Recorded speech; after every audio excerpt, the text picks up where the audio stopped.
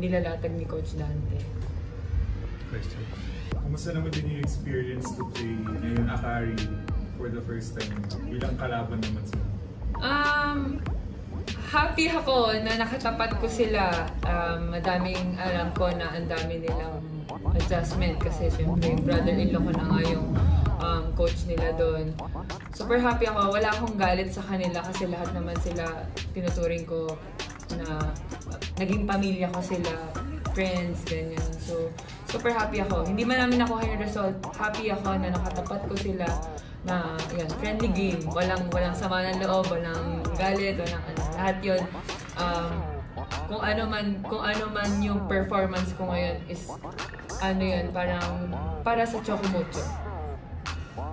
And then after the first 2 games, ano sa tingin mo yung kulang ngayon sa Chocomucho na kailangan i-improve niya talaga para, so especially ngayon 2-0 kayo, ano yung kailangan para talagang makakuha niyo yung unang panalo ngayong conference? Siguro mas maging focus pa kami sa ginagawa namin, more on kasi yung communication andun na.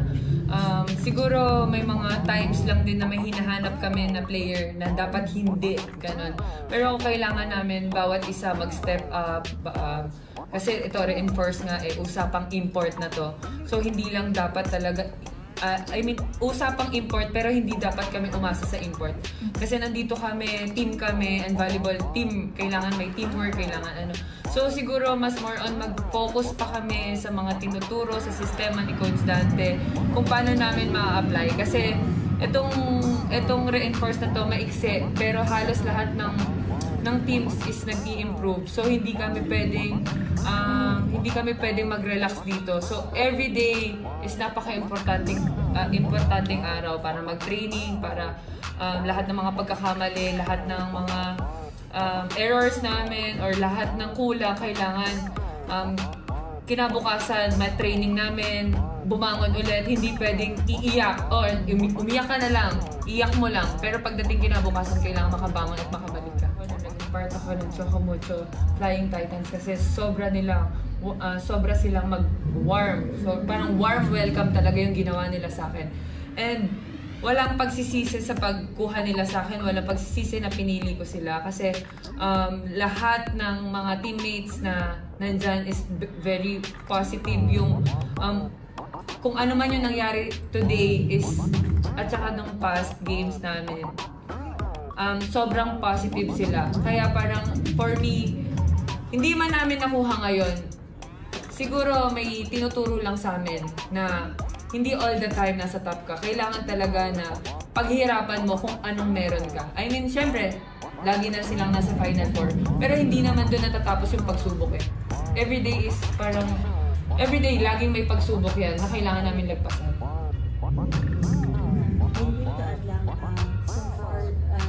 This game, ikaw yung lead scorer for Chocomucho.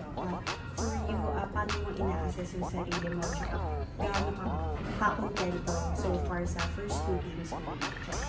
Actually, sa performance ko, kulang pa. Nakukulangan pa ako. Alam ko na isa ako sa veterano, isa ako sa mga inaasahan ng team.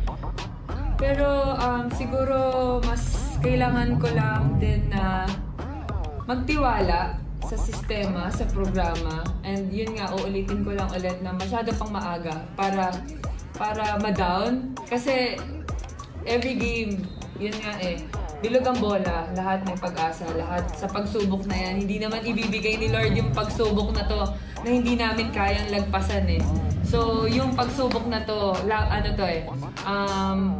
mas tumibay pa yung team namin, yung samahan namin. So, kailangan talaga maging isa ako sa mga positibo and para sa mga umaasa sa akin as ate nila.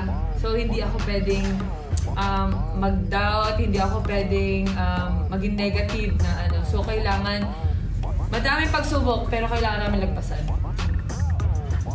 Before NXT also, I'm in the last conference at Akari also. Against strong team, this kind of nervous.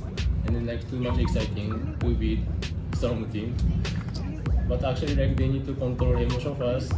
So today's really like great she's a kind of mentor for the team. Like she's always talking and then try to make it calm down for the other player. So Ivy's performance is really bad.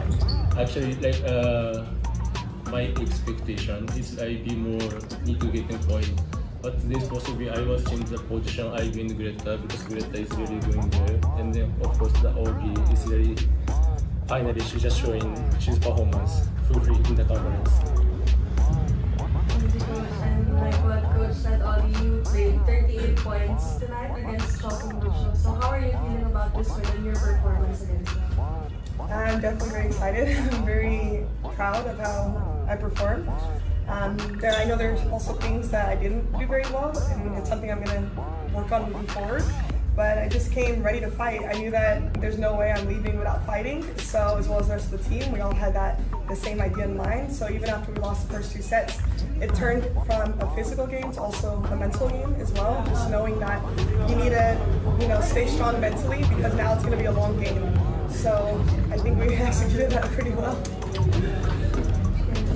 We also have Ivy Luxembourg here at the Akari.